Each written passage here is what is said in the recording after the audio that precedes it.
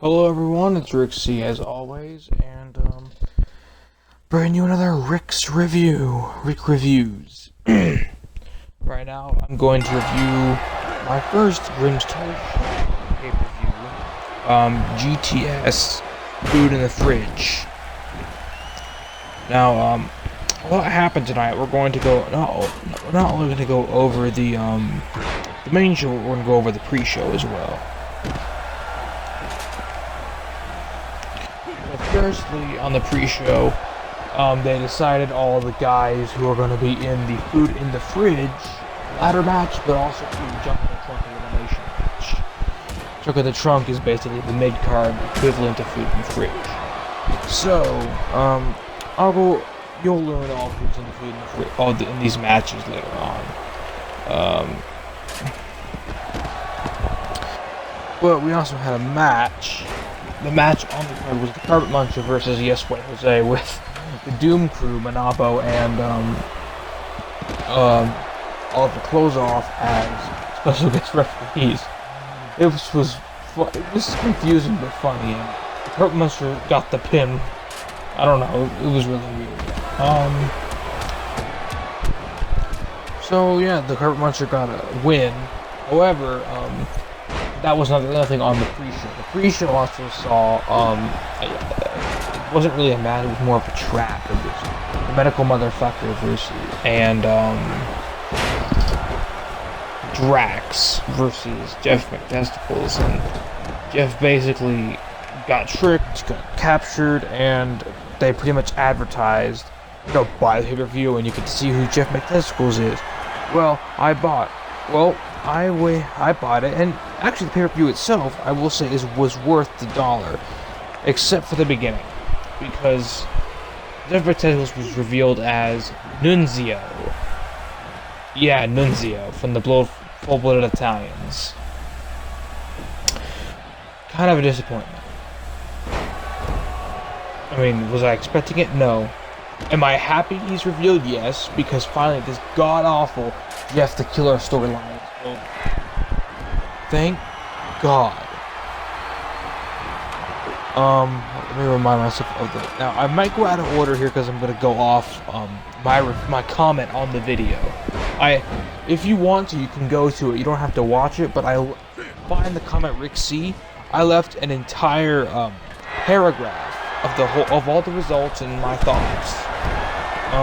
We're gonna start off with, I think it was the opener match which was the 5-way for the Jump in the Trunk. It was Soda Pop Smith, Spider Dick, Jimmy Controversy, Robbie Idiot, a new guy who they called I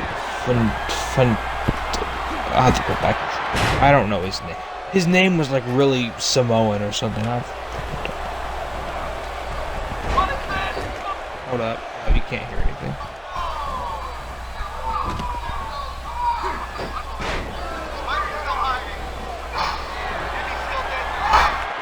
Yeah, I don't know. He's a big like Yokozuna football player. Thought he was Manabo at first, but yeah. Firstly, this big Samoan guy and Robbie have this kind of entertaining exchange at the beginning. They're doing a bunch of weird sumo shit. All of a sudden, Robbie gets rolled up and dirty pin, and he gets eliminated. Thank God, because fuck Robbie E. Jimmy then gets eliminated with a bonsai drop. Then spinning side slam to Spider Dick. But then Robbie E pulls out some stupid shit, which is like he starts insulting the big guy, poor fella.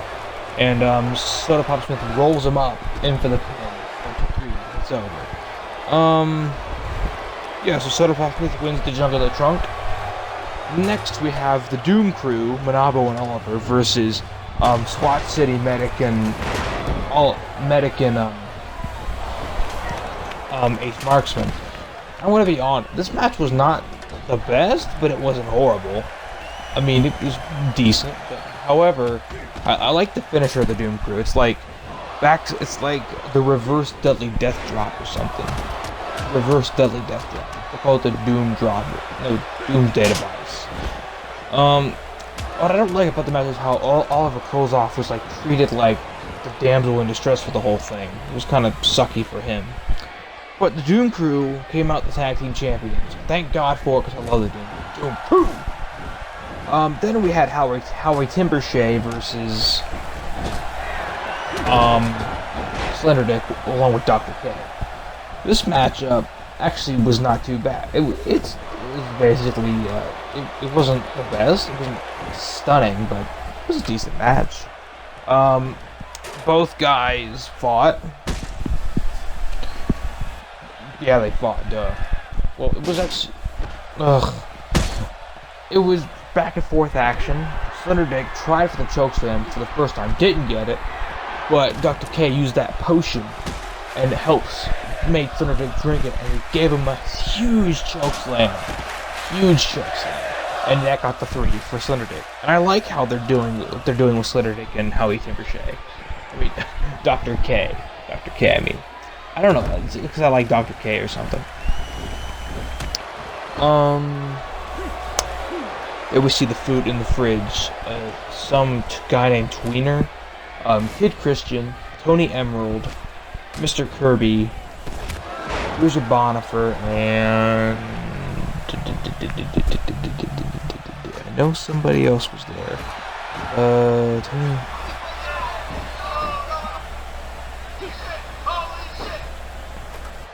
Yeah.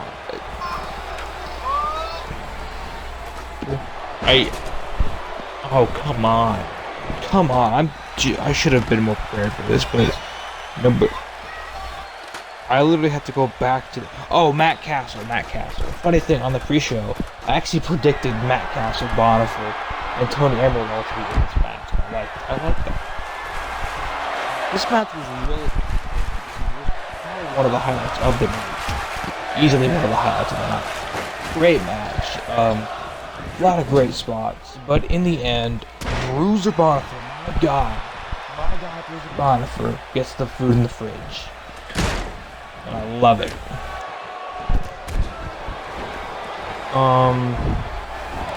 Then we saw Joe Wolf versus, like I said, I'm going out of order here, I'm sure.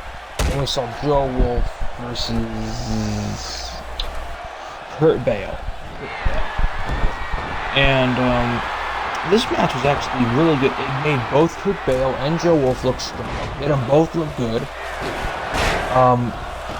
Joe Wolf with this sick attitude adjustment to the table. But I have a complaint. For fuck's sake. Bale, listen, I don't know if you're watching this, but for fuck's sake, change your finisher. The overdrive is a horrible, horrible finisher. Grim, just, if you're watching this, Grim, have him change his finisher to something that's not the overdrive. The overdrive is a horrible finisher. I don't care if it's the cloverleaf, because haha, he's Irish. Just something.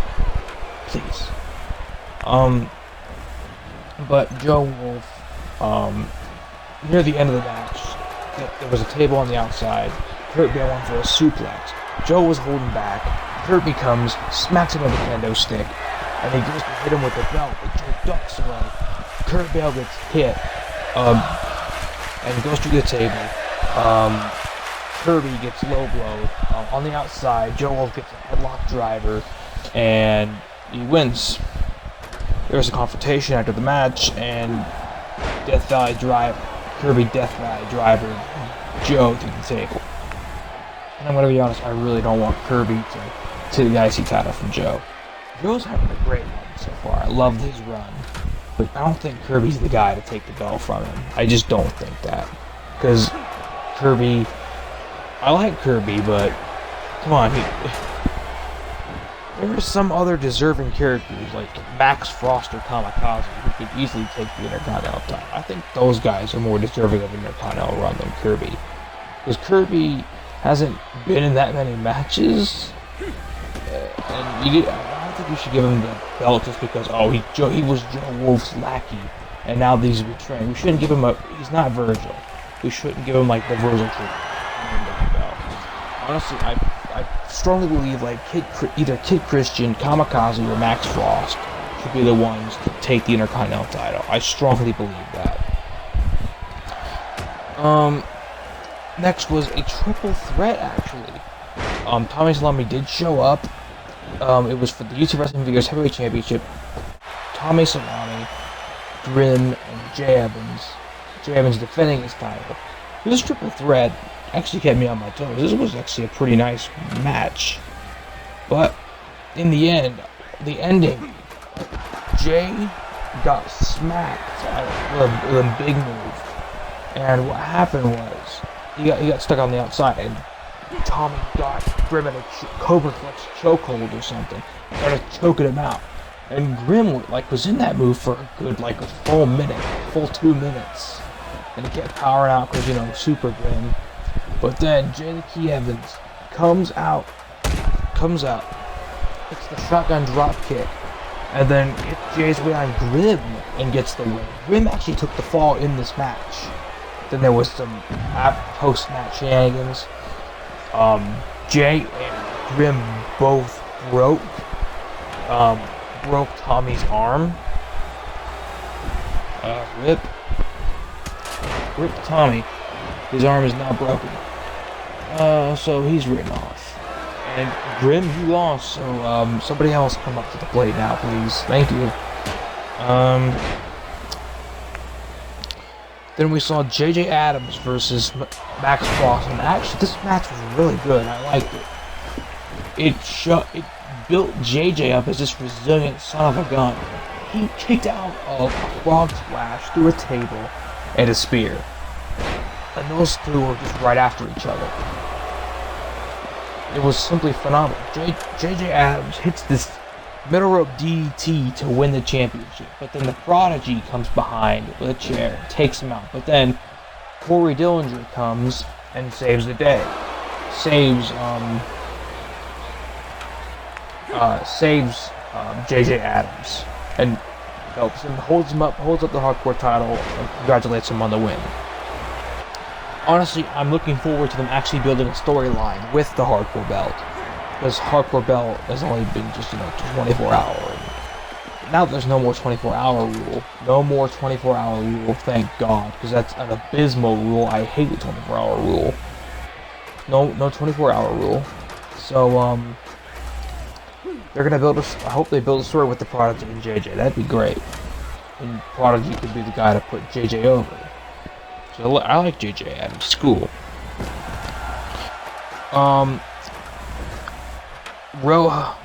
Doo-Hop, aka LFA Rojo, faced Thunder Rosa for the U.S. Championship. And this was easily one of Doo-Hop or Rojo's best matches in GTS. This match was actually pretty entertaining. I liked it. I think Thunder Rosa brought the best out in Doo-Hop or Rojo. It was a great night. He then, the match ended. He hit the running Doo-Hop drop. I'm not gonna call it the Rojo. That move really fucking annoys me. The Rojo, when I call it the Rojo record. It's just, oh my, Doo-Hop drop is catchy. Rojo record is generic. So yeah. It ends, and I think one of the other Twisted Sister, I forgot her, I'm sorry, I only know WWE and TNA. I'm sorry, only a little bit of TNA. So, Thunder Rosa's other Twisted Sister pulls Rojo out after the running Rojo record, and he gets hit with a diving crossbody from Thunder Rosa. Thunder Rosa then gets him back in the ring and does the double stomp back. Wins the U.S. champion, becomes the first woman in GTS to become U.S. champion, or any champion for that matter. Shit, I think my mic was fucking up there. So yeah, Thunder Rosa beats Rojo or Doo-Hop, whichever you prefer. I prefer Doo-Hop. Fuck Rojo. But then that slimy little bastard, Soda Pop Smith, cashes in his junk in the trunk. He pushes Thunder Rosa into El Jefe Rojo and rolls her up for the 1, 2, 3, and Soda Pop Smith becomes the United States champion. Wow. That's a nice way to cement yourself as a heel, Soda Pop. True heel. And then our main event of the evening was Cletus versus Pete Corvus. And these two beat the holy hell out of each other in an I Quit match. And there you can see the super doo-hop drop. So yeah, these two beat the absolute hell out of each other. The kendo stick shots, cannonballs. But the match ended in a very odd way. It ended with Pete Corvus getting tied up in the tree of woe and choked with a rope around the neck. He was getting choked. And he said, "I quit." And that's confusing because didn't Pete win the GTS championship just like last pay-per-view? I don't know what they're thinking. I don't know what they're doing. I don't know why they did. I would have honestly had Pete win this again, but I'm not complaining, honestly. I like Cletus. Cletus is a good heel. And Boniface said he's going to cash it on his own time because people were chanting, "Cash it in, cash it in." So yeah, that was basically and he said, "I'll do it on my time." And then we got a cutscene that was kind of sad of an injured Tommy Salami, rip. And he said, "Make it mean something" to Boniface. Make the cash in mean something. So anyway, that was my review, and all of this, here's some witchcraft. But that was my review of GTS Food in the Fridge. Hope you enjoy. This is Rixie signing out. Thanks for watching.